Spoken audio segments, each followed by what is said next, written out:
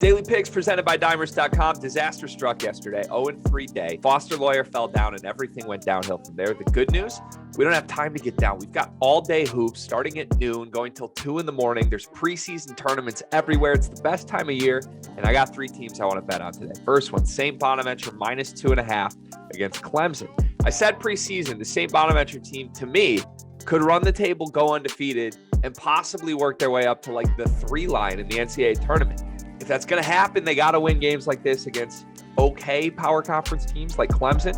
St. Bonaventure coming off a 6-point win against Boise yesterday, but they dominated the second half. And the only reason that game wasn't a 20-point win was because Boise's Emmanuel Acott went crazy. He's a 6'9" guard. Clemson doesn't have anybody like him. They're built around a group of smaller guards who aren't as good as St. Bonaventure's smaller guards, led by Kyle Lofton. Take the Bonnies to win this game. Game number 2, Liberty minus 2.5 against Iona. Rick Pitino is a vampire. It's really fun to bet against him. Don't like him. He gets a lot of credit because he's Rick Pitino. I don't necessarily love this Iona roster the way a lot of people do. They have a single-digit win against Hofstra under their belt, and they needed overtime to beat Harvard. Hofstra and Harvard, not notably great teams this year. Liberty, one of my favorite mid-majors to bet. Darius McGee is the best player in this game. He had 22, 6, and 4 against LSU. And if you've been following Daily Picks, you just heard me say LSU and you cringed because Liberty blew a 4-point lead and couldn't cover 9.5 or something like that with 5 minutes to go. They owe us one.